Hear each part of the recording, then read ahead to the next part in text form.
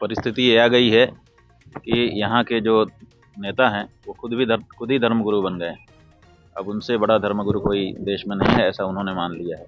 और इसीलिए धर्म के क्षेत्र में पूरी तरह से अपना कब्जा जमा करके बैठे रहना चाहते हैं। बन भी जाए तो वहाँ हिंदू धर्म तो नहीं होगा, नाम हो जाएगा कि हिंदू राष्ट्र है, लेकिन वहाँ हिंदू धर्म समाप्त हो जाएगा। बांग्लादेश में हिंदू सताए जा रहे हैं, कहीं न कहीं राजनीति ही तो इसमें तात्पर्य है।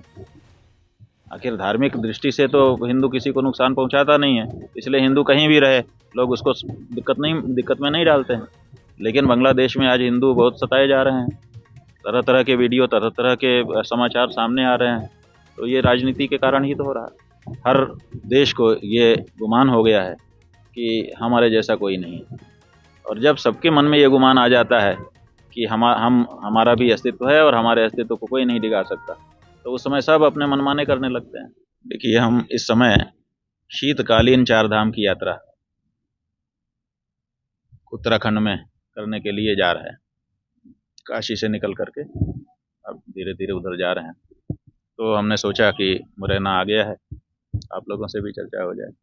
देखिए, बात यह है कि किसी समय ऐसा मौका आ जाता है जब प्रतिष्ठित लोगों की छवि भी बिगाड़ दी जाती है, बिगड़ जाती है। ये जो चंबल क्षेत्र है बहुत पवित्र क्षेत्र है। किसी समय यहाँ इतनी साधना उपासना होती थी। आज भी अगर यहाँ पर 5-7 फुट से नीचे कोई खुदाई करता है तो कोई न कोई ऐसा अवशेष निकल करके आ जाता है सामने, जिससे पता चलता है कि ये पुण्य भूमि रही है। लेकिन बीच में किन्हीं कारणों से इस प्रदेश की छवि को बदलने का प्रयास हुआ, लेकिन धीरे धीरे अब अच्छा हो रहा है। अब परिस्थिति ये आ गई है कि यहाँ के जो नेता हैं वो खुद ही धर्मगुरु बन गए। अब उनसे बड़ा धर्मगुरु कोई देश में नहीं है, ऐसा उन्होंने मान लिया है। और इसीलिए धर्म के क्षेत्र में पूरी तरह से अपना कब्जा जमा करके बैठे रहना चाहते हैं। धार्मिक स्थानों को भी अब अपने कब्जे में उन्होंने ले लिया है। अब धर्माचार्यों को भी उन्होंने काफ़ी हद तक अपने कब्जे में ले लिया है। उनकी कोशिश है कि एक भी छूटे ना, सब हमारे पंजे में आ जाए।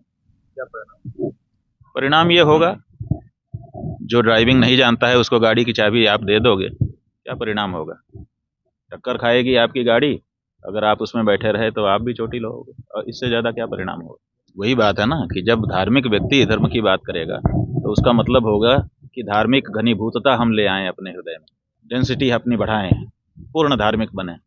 और जब राजनीतिक धर्म की बात करेगा तो वो किसी धर्म के खिलाफ किसी धर्म वालों को खड़ा करके ध्रुवीकरण करना चाहेगा। तो जब से राजनीतिक लोग धर्म की बात करने लगे हैं, तब से धर्म ध्रुवीकरण का जरिया बन गया है।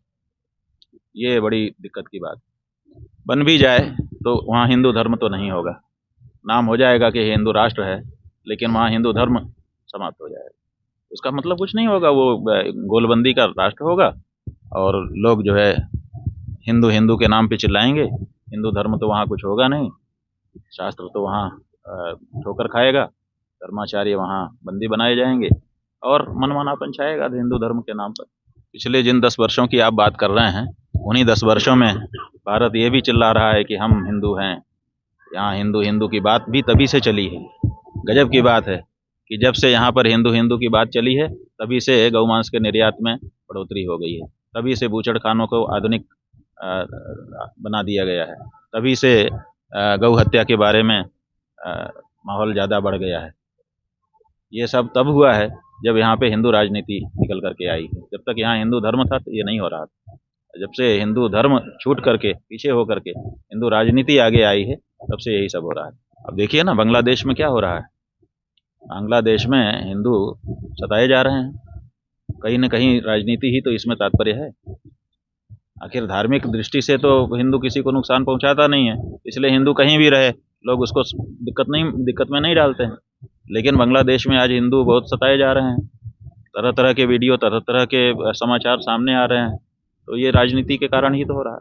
हम ये मानते हैं कि इस तरह की राजनीति लंबे समय के लिए न तो हिंदुओं के हित में है, न तो इस भारत देश के हित में है।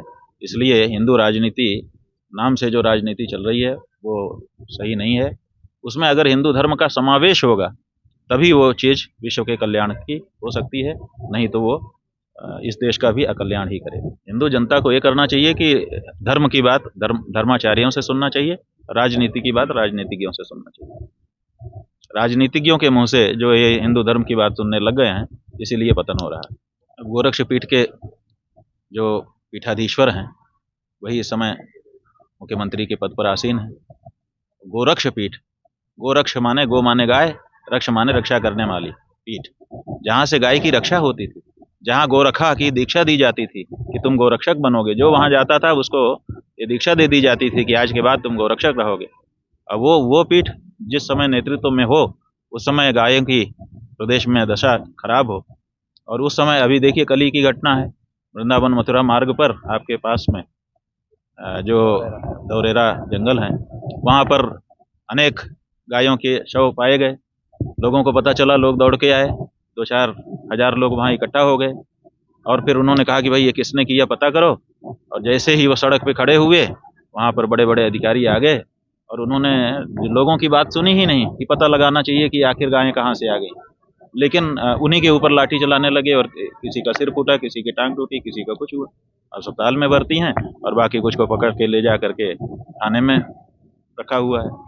माने जो गौ भक्षक हैं, जो गौ के प्रति हिंसा की भावना रख रहे हैं, जो गायों को चोट पहुंचा रहे हैं, उनका संरक्षण हो रहा है, और जो गाय की रक्षा के लिए खड़ा है उसको सताया जा रहा है।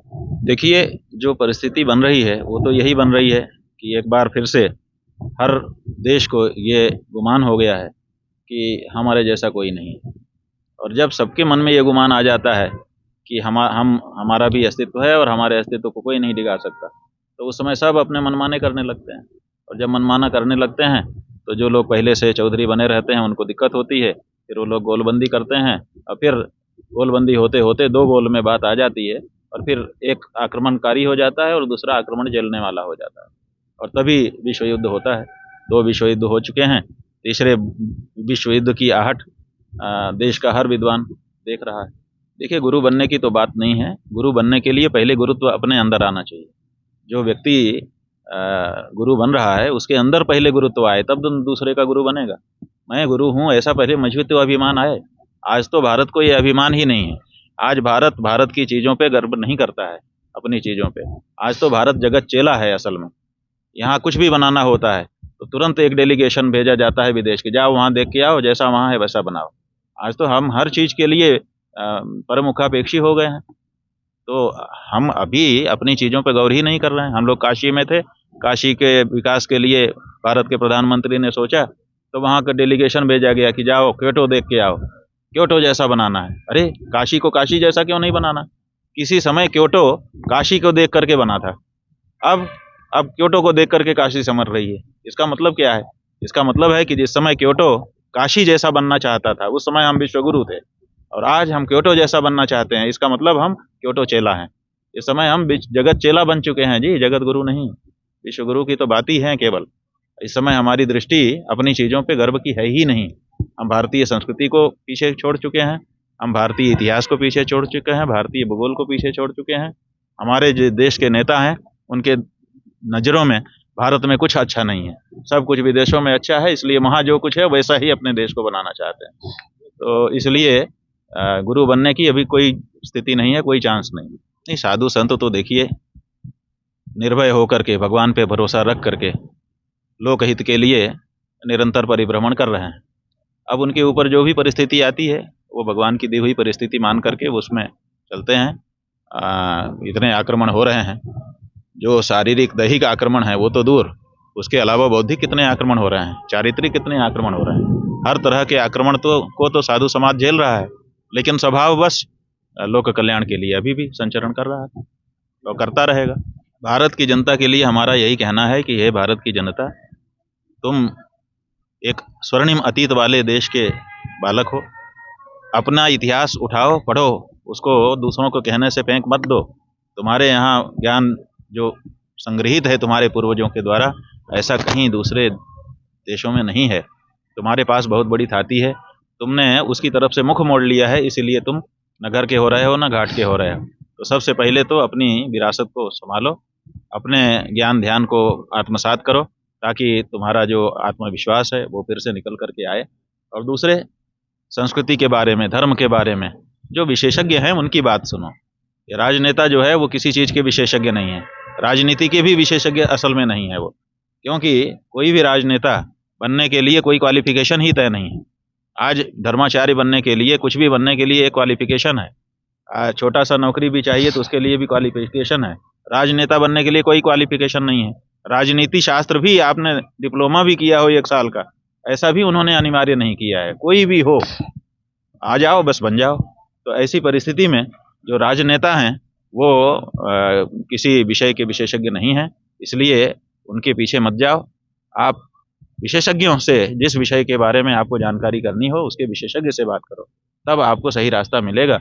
राजनेता, आपने उनको ऑलराउंडर मान लिया है। सच्चाई ये है कि उनको किसी भी विषय में महारत नहीं है, और इसीलिए उनके द्वारा जो निर्णय लिए जाते हैं वो तात्कालिक रूप से उनके स्वार्थ की दृष्टि से होते हैं। वो लोक कल्याण के लिए उतना प्रभाव नहीं रखते। अगर आप ये वीडियो YouTube पर देख रहे हैं तो हमारे चैनल को सब्सक्राइब करें और बेल आइकन को दबाना ना भूलें। अगर आप Facebook पर ये वीडियो देख रहे हैं तो हमारे पेज को लाइक करें।